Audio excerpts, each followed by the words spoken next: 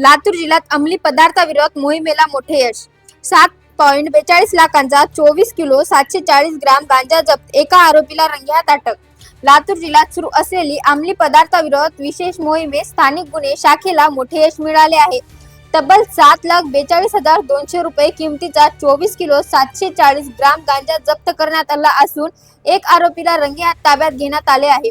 अमोल तांबे यांच्या आदेशानुसार जिल्ह्यात अवैध धंदे, गांजा विक्री, मादक पदार्थांची वाहतूक व साठवण करणाऱ्या विरोधात कठोर मोहीम राबविण्यात येत आहे. त्यानुसार मंगेश चव्हाण यांच्या मार्गदर्शनाखाली आणि सुधाकर बावरकर यांच्या नेतृत्वाखाली स्थानिक गुन्हे शाखेची पथके सक्रिय करण्यात आली होती. गुप्त माहितीवरून छापा पोलीस उपनिरीक्षक प्रमोद देशमुख यांना गुप्त बातमीदारामार्फत माहिती मिळाली की उदगीर येथील मोंडा रोड परिसरातील साईनाथ मिर्च मसाले उद्योग या दुकानात मोठ्या प्रमाणात गांजाची साठवण करून विक्री केली जात आहे.